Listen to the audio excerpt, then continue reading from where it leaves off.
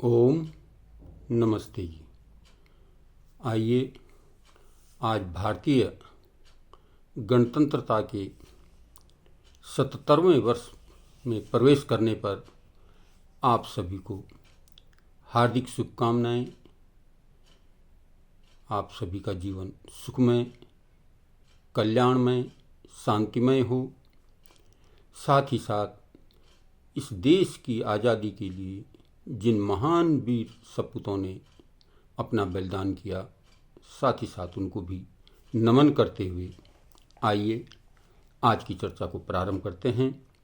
यजुर्वेद के 35वें अध्याय का 9वां मंत्र।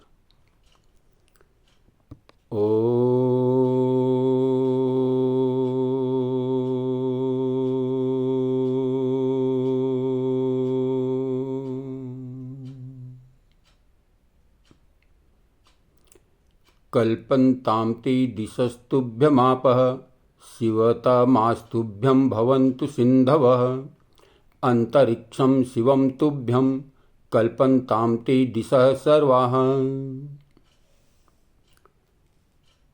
परमात्मा के द्वारा प्रेरित ये मंत्र। हे जीव, तेरे लिए दिशा पूर्व पश्चिमादि दिशाएं और इनमें रहने वाले प्राणी वर्ग शिवतमः अत्यंत सुखकारी, कल्पन्ताम हो,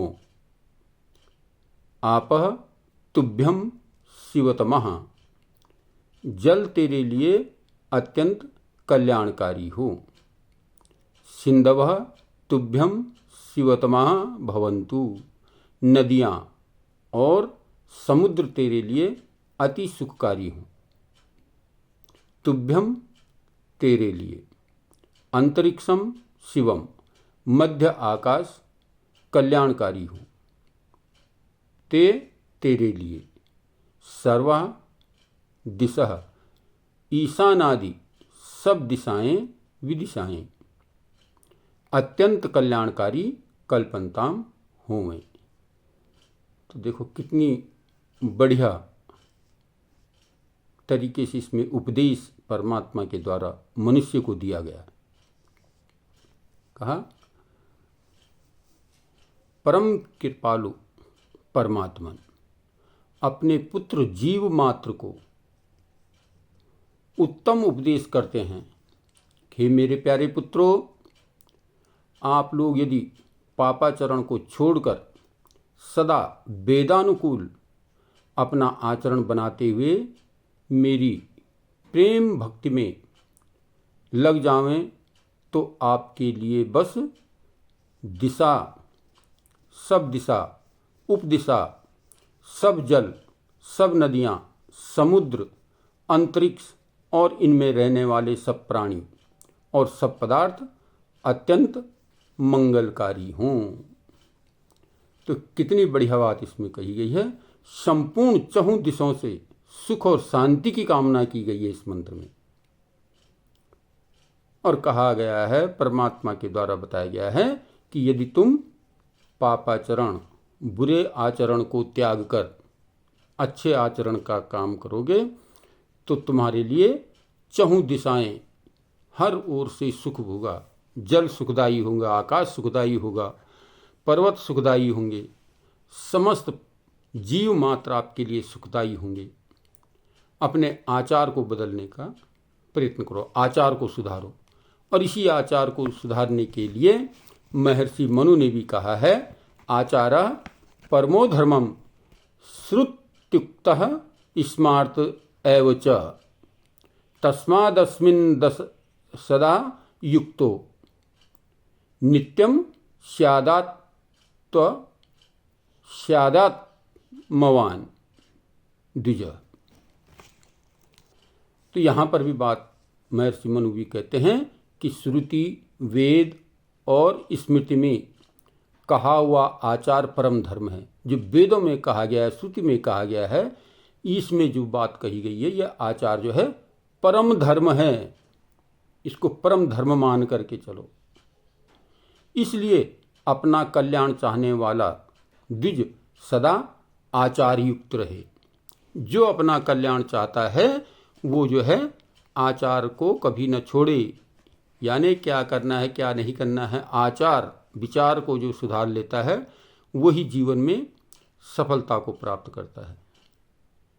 तो इस वेद मंत्र के माध्यम से भी बताया गया है कि यदि तुम ठीक प्रकार से अपने गुणों को, अपने जीवन को सुधारने का प्रयत्न करोगे तो तुम्हारे लिए चहुं दिशाएं सुखकारी हो जाएंगी, कल्याणकारी हो जाएंगी।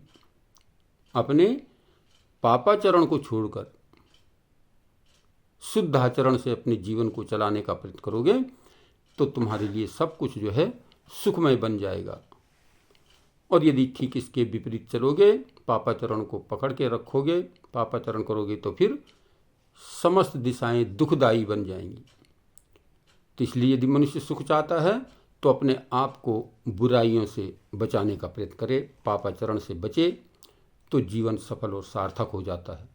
हम अपने जीवन को यदि अच्छा बनाना चाहते हैं तो हम इन बुराइयों से बचें। ये वेद मंत्र में उपदेश कर रहा है, परमात्मा की ओर से ये निर्देशित किया गया है कि आप जो है बुराइयों को त्याग कर, पापाचरण को त्याग कर यदि शुद्ध आचरण करके अपने जीवन को चलाओगे तो तुम्हारे लिए चहुं दिशाएं, पृथ्वी, जल, आकाश, भूमंडल सब जो है आपके लिए सुखदायी हो जाएगा। जितने भी संसार में प्राणी हैं वो सब आपके कल्याण के लिए हैं, लेकिन आप अपने जीवन को पापाचरण से बचाने का प्रयत्न करो तो आपके लिए सब सुखदायी हो जाएगा।